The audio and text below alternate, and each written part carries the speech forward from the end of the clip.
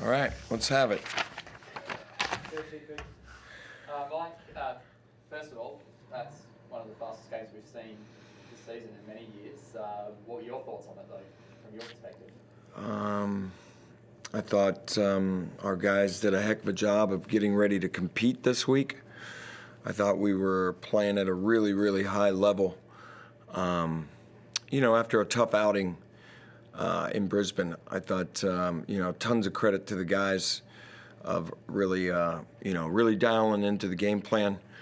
I thought early on, our energy, our contest, our ability to fly around, KD's energy that he brought, Sunday's energy, but overall, collectively as a group, I thought we were connected on both ends of the floor.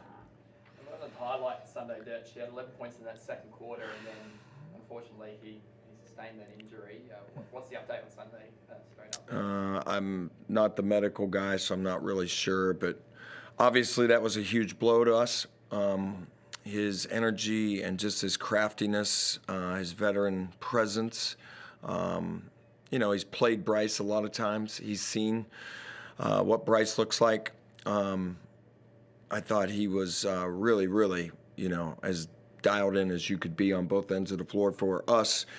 And his individual defense, and then offensively moving and being in the right spots, obviously gave us a heck of a lift.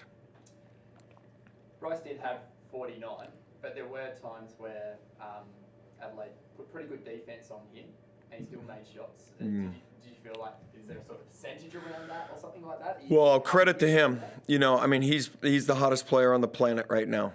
It's a remarkable job of what Bryce has done. Hats off. And then I would say also, they do a fantastic job of finding him. They have a system. They're used to playing around what he does. I thought that Sunday's attention to detail early, we had him playing in a crowd. We had him jumping up in the air. We had some contests and deflections. The game sort of turned once Sunday's presence was no longer in there. But Bryce is going to find a way to score. He's an amazing scorer. I thought we did a really good job of sort of surrounding him, but we didn't let anybody else get going for a long time until the fourth quarter, and that was the difference. You can handle one guy scoring, and that's kind of what how it was going. I thought even without Bryce, guys' attention to what we were trying to do was still decent, but nobody else was scoring. So the game plan was still at times effective. We were contesting, we were rotating, and I want to give Isaac Humphries a lot of credit too for what he did at the paint and what he did at the rim. And that doesn't talk about his offense, but he helped us control what we were doing out there. And then unfortunately, as the game wore on, some other guys started making shots, and Bryce was having his way too. It's fine if Bryce gets his points, which you're trying not to maybe let him go like that. You tip your hat to him because he's a pro. But as soon as other people start joining in, then the job becomes a little bit tougher. So with Kendrick Davis, for an example, was it Sunday going down in the first half? You were forced to put Kendrick onto Cotton numerous times, and it looked like it weared on Kendrick by the end of the game, but still had 37 points in this one, 11 assists and 5 rebounds. That's quite a return. Yeah.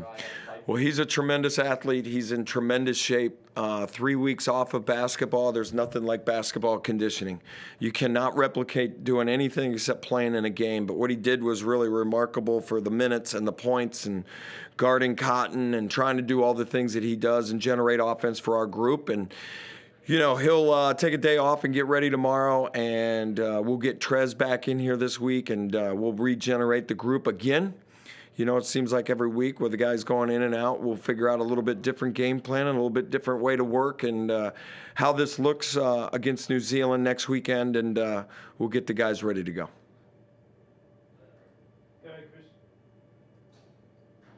Yeah, Mike, I want to ask you about KD. I mean, you inherited him as the coach, and he's so young in his career, and he talked at halftime about how he's so young, and even he's sort of admiring what someone like Bryce is doing, and he would love to get to that level one day. But is he surpassing your expectations on how good he is playing in his first season in this country?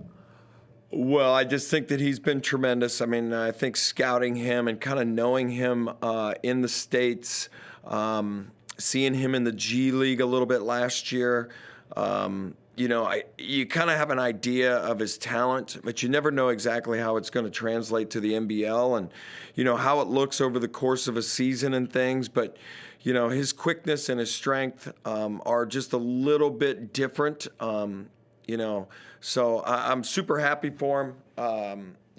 He loves to play basketball. It's what he does. You'd have to talk to him, but I'm not sure he has a lot of other hobbies. But he loves to get out there and compete. And, for the most part, when it's time to go, and especially in a situation where he's making the comeback tonight, you knew that you were going to get his best effort that he could do. This is an impossible question to answer because it's a hypothetical. But I get the feeling that the biggest change in the game in the second half simply was that Sunday wasn't out there, both defensively and what he was giving you offensively. If you did look at it hypothetically, do you think the game doesn't change as significantly as it did if you still have Sunday? Well, it's hard for me to have the crystal ball on that one, to be honest with you, but we were playing at a really, really high level. You'd have to check the stats of what Bryce had at that point, 15 minutes into the game, he probably was around 10 points or so, and then, finished with around 16 or maybe more, I don't know, at the half. I'm not sure exactly what it was, but your question is Sunday was doing a really good job. Like, he has an idea when you ask him, about guarding the elite scorers in this league. He does have an idea of what he wants to do going in. We try to factor that into our game plan, try to relay it to the rest of the team so they understand what Sunday's trying to do, and then we can put the appropriate help in certain areas. And, with great scores, they're going to get points. And, we were working him. We were trying to make it hard. I thought we had him at least playing into some areas where he just wasn't comfortable. What you've seen going into these games is him being really comfortable because he gets such a rhythm player, and the dribble gives him rhythm where he can get shots, and then he starts to get downhill. And, it changed a little bit without Sunday. I still thought that our group did a really good job because, as I said, he started to score, but nobody else was scoring. So we were rotating, we were contesting, and that's another way. Whether you try to take the best score out or you try to limit with everybody else, we had a couple of different things that were going on there with Sunday in, Sunday then all of a sudden out. But I give our guys a lot of credit for competing on, a short time span. And losing Sunday in the middle of it. We've been in this situation where it's kind of been next man up. Our young guys are trying. They're competing like crazy. We're getting efforts from a lot of different guys, and I couldn't be prouder of the group. Like you said, you have no choice but to have a next man up mentality. But at the same time, how frustrating is it that you get KD back today, you get Montrez back next week, and now you lose. You're still without DJ and you lose Sunday. Yeah, it's just part of the game. I mean, we can't control that stuff. We can just only control ourselves and our prep and our ability to be ready.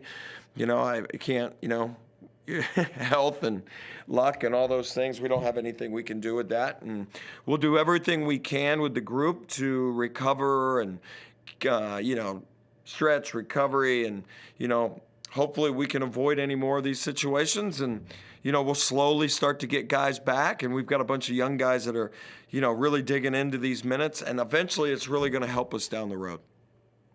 Are you expecting a pretty fired up and motivated Montrez now when he gets back on the floor? I mean, you would have to ask Trez that too. As a coach, I'm hoping. I would imagine.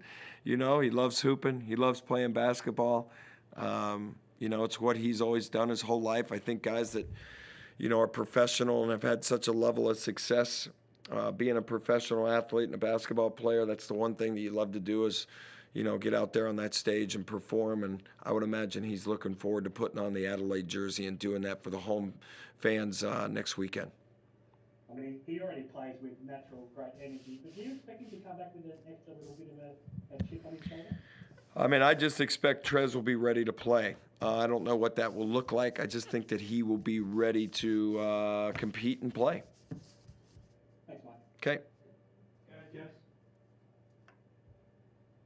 Have you had much interaction with Trez whilst he's been off, Coach, or have you just sort of let him have a bit of a rest to mentally reset? Both. I always try to reach out to people, but both, text him, call him, but you also just give him a little bit of space. I know he's working. We have multiple people here on this organization have been talking to him the whole time, so I don't feel like I have to talk to him every day. But, I mean, he knows I'm here, and everybody has, reached out to him, and we've been in constant contact and, ready to see him when he gets back, and we'll go from there. Just finally from me, DJ spoke during the telecast. He's set to start running next week. Are you hopeful of getting him back by a certain date? Yeah, I have no date in my brain. That's for the medical staff. As I've said before, that's their expertise. I've got to focus on trying to coach the team. So when DJ is cleared to get out there, that's when DJ will be back. Thank you. Thank you. Well, good, Coach. Okay.